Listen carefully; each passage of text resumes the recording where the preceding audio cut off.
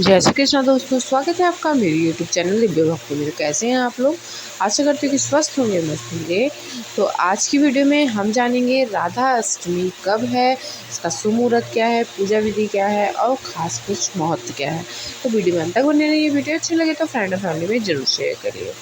भाद्रपद मास के शुक्ल पक्ष की अष्टमी तिथि को राधा अष्टमी का पर्व श्रद्धा और भक्ति के साथ मनाया जाता है।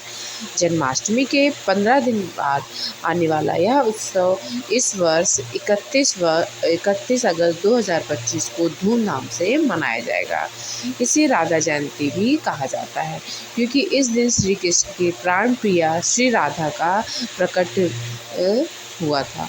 धार्मिक मान्यताओं के अनुसार राधा रानी भगवान श्री कृष्ण की आध्यात्मिक शक्ति का स्वरूप मानी जाती हैं। उनकी पूजा करने से न केवल दाम्पत्य जीवन में सुख शांति आती है, बल्कि परिवार में सौहार्द और भक्ति मार्ग में प्रगति भी होती है। तो जान लेते हैं इस पूजा का शुभ मुहूर्त क्या है।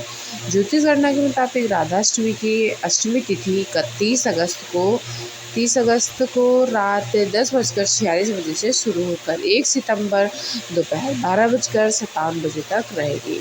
इस दिन पूजा का सर्वश्रेष्ठ मुहूर्त 31 अगस्त को प्रातः 11:05 से दोपहर 1:38 तक रहेगा।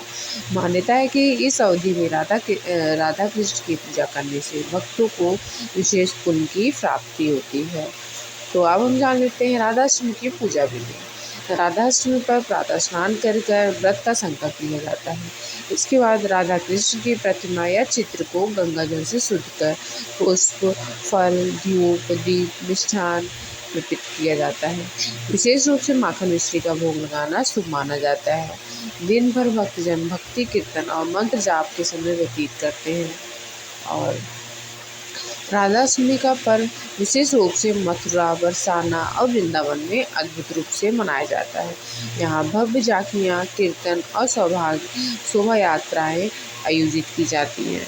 दूर दूर से श्रद्धालु राधा रानी के दर्शन के लिए पहुँचते हैं। मान्यता है कि इस दिन की गई पूजा जीवन में प्रेम, समर्पण और आध्यात्मिक उन्नति का मार्ग प्रशस्त करती है। इसलिए राधाष्टमी श्री कृष्ण की प्राण प्रिया भी हैं, तो उनकी पूजा करने से श्री कृष्ण भी प्रसन्न होंगे। अब हम जान लेते हैं राधाष्टमी व्रत का नियम क्या है। राधाष्टमी के दिन कुछ खास बातों का ध्यान रखना बहुत जरूरी होता है, ताकि व्रत सफल और फलदायक हो सके। व्रत वाले दिन सूर्योदय से पहले उठकर नहाना चाहिए और अपने घर और आंगन को अच्छी तरह साफ करना चाहिए। इस दिन गुस्सा करने से, बुरी बातें कहने या बड़ों का अपमान करने से बचना चाहिए। इसके अलावा व्रत के दौरान अनाज और नमक का सेवन नहीं करना चाहिए और केवल एक बार फलाहार करना चाहिए। जो लोग उपवास पूरी तरह से नहीं रख पाते, उन्हें भी इस दिन तामसिक भोजन जैसे मांस, शराब, प्याज, लहसुन आदि से दूर रहना चाहिए। ये नियम पालन करने से व्रत की पूजा विधि पूरी होती है और राधा रानी की कृपा प्राप्त होती है। और राधाष्टमी पर क्या करें।